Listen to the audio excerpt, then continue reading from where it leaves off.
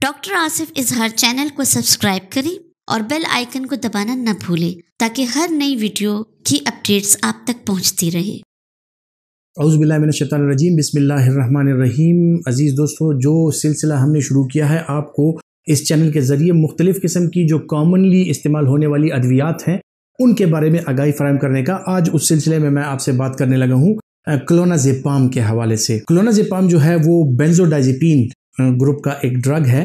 और ये ग्रुप जो है बुनियादी तौर पे सीजर एक्टिविटी, यानी जो जिन लोगों को फिट्स पड़ती हैं, जिन लोगों को पैनिक डिसऑर्डर्स हैं, जिन लोगों को एंजाइटी डिसऑर्डर्स हैं, जिन लोगों को साइकेट्रिक प्रॉब्लम्स हैं, या जिन लोगों को नींद की कमी है, एज अ ट्रैंकुलाइजर और एज अ हिप्नोटिक ड्रग ये इस्तेमाल की जाती रही है और काफ़ी अरसे से इस्तेमाल होती रही है और बहुत से लोग जो हैं तो इसका इस्तेमाल भी कर रहे हैं और इसके हवाले से जानना भी चाहते हैं। सो बेंजोडाज़ेपीन्स में मुख्तलिफ किस्म की ड्रग्स हैं, जिस तरह के डायज़ेपाम, क्लोनाज़ेपाम और इसके अलावा जो है अल्प्राज़ोलाम वगैरह, मेडाज़ोलाम वगैरह। सो ये मुख्तलिफ किस्म की ड्रग्स हैं जिनकी अपनी हाफ लाइफ होती है, जो कि लॉन्ग एक्टिंग, शॉर्ट एक्टिंग और अल्ट्रा शॉर्ट एक्टिंग होती है। सो इसी ग्रुप में जो है सो क्लोनाज़ेपाम भी एक ड्रग है। क्लोनाज़ेपाम को जब इनिशियली लॉन्च किया गया, सो इसकी लॉन्चिंग का मतलब ये था, मकसद ये था कि ये उन लोगों के लिए थी जिन लोगों में सीजर एक्टिविटी थी, जिन लोगों को फिट्स होते थे, दौरे पड़ते थे, मिर्गी के दौरे पड़ते थे, उन लोगों के लिए थी। फिर आहिस्ता आहिस्ता से ये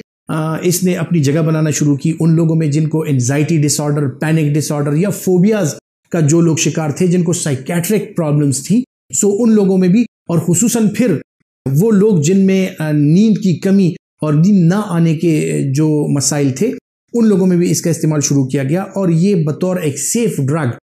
एक महफूज ड्रग के तौर पे इन लोगों में इस्तेमाल की जाने लगी। सो आजकल अगर इसके इस्तेमाल का, इसकी इंडिकेशंस का जो पैटर्न है अगर हम वो देख लें तो वो काफ़ी ज़्यादा ब्रॉड स्पेक्ट्रम है। बहुत सी चीज़ों में इस्तेमाल होती है, न सिर्फ एपिलेप्टिक पेशेंट्स में बल्कि साइकेट्री के मुख्तलिफ किस्म के पेशेंट्स में जो मुख्तलिफ किस्म के मसाइल होते हैं, जिस तरह मैंने जिक्र किया कि एंजाइटी डिसऑर्डर, पैनिक डिसऑर्डर, इसके साथ साथ मुख्तलिफ किस्म के स्लीप डिसऑर्डर्स में इसका इस्तेमाल किया जाता है। ख़वातीन हज़रात, ये ड्रग जो है, अब इसका इस्तेमाल अगर आप करते हैं तो आपको किस डोज में ये लेनी चाहिए, इसकी डोजेज क्या है। सो ये जो है 0.5 मिलीग्राम, 1 मिलीग्राम और 2 मिलीग्राम की डोजेज में अवेलेबल है, जो कि आपको दिन में 1 या 2 मरतबा दी जा सकती है, जो आपकी बीमारी है और जो उस बीमारी की सिवेरिटी है उसके लिहाज से आपको आपका डॉक्टर मुख्तलिफ किस्म की डोजेज तजवीज़ कर सकता है। इसके साइड इफेक्ट्स के हवाले से अगर बात की जाए तो जिस तरह के और बेंजोडाज़ेपीन्स के साइड इफेक्ट्स हैं, उसी तरह के इसके भी साइड इफेक्ट्स हैं कि ये ड्रग जो है तो गनूदगी कॉज करती है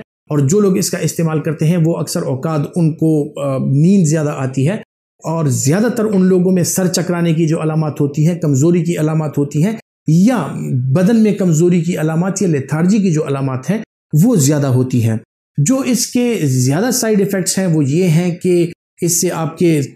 परमानेंट यूज़ से जो है तो आपके दिमाग की शरियानें कमज़ोर हो सकती हैं, आपकी याददाश्त में कमी हो सकती है और आपके जो बेंजोडाज़ेपीन रिसेप्टर्स हैं वो सैचुरेट हो जाते हैं और आपको अगर कुछ अरसे तक एक डोज इस्तेमाल करें फिर आपको वही असरात हासिल करने के लिए उसकी डोज को बढ़ाना पड़ता है। सो इस वजह से जो है तो मुख्तलिफ किस्म की याददाश्त की कमज़ोरियाँ और दिमागी कमज़ोरियों का आप शिकार हो सकते हैं अगर आप ज़्यादा अरसे के लिए इसका इस्तेमाल करें। इसके अलावा जो क्रॉनिक लिवर डिजीज़ के पेशेंट्स हैं, जिन लोगों में जिगर की बीमारियाँ हैं या जिन लोगों में गुर्दे की बीमारियाँ हैं, सो उन लोगों में हम एहतियात से इसका इस्तेमाल कराते हैं, क्योंकि अगर वो इसका इस्तेमाल करें तो उनमें गनूदगी की जो कैफियत होती है वो बहुत ज़्यादा भी हो सकती है। इसके साइड इफ़ेक्ट्स में ये है कि इससे आपको जो मुख्तलिफ़ किस्म के चीज़ें आपको होती हैं कि आपका सलाइवा ज़्यादा आता है, आपके मुंह में पानी ज़्यादा आता है और